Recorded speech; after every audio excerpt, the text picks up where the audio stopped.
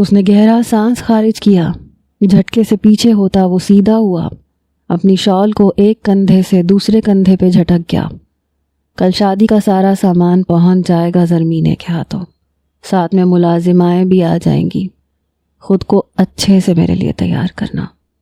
کل میں اپنے جذبات پہ بند نہیں باندھوں گا اور مجھے کسی قسم کی کوئی بدمزگی نہیں چاہیے۔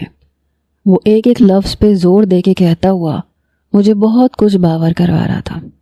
ایک دم چوکنا ہوتا وہ پھر سے میری جانب پلٹا، جیسے کوئی خطرہ بھانپا ہو۔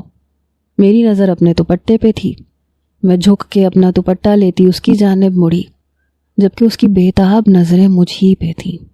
اس کی نظروں کی سیدھ میں دیکھا تو ایک لال رنگ کی لائٹ مجھے خود پہ موو ہوتی دکھائی دی۔ میرے ہاتھوں پیروں میں سے ایک دم سے جان نکلنے لگی۔ کسی نے مجھے اپنے نشانے پہ رکھا ہوا تھا۔ میں ایک پل کو ساکت رہ گئی۔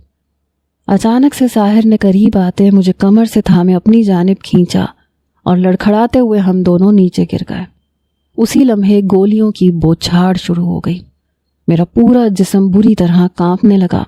میں چیختے ہوئے ساحر کے سینے میں چھپ گئی۔ یہ کون تھا جس نے ہم پہ حملہ کیا تھا؟ ونڈو کافی چھوٹی تھی، لیکن گولیاں خوب زور و شور سے برسائی جا رہی تھیں۔ پورے کمرے کی حالت ابتر ہو گئی۔ شیشے کی ہر چیز چکنا چور ہو گئی۔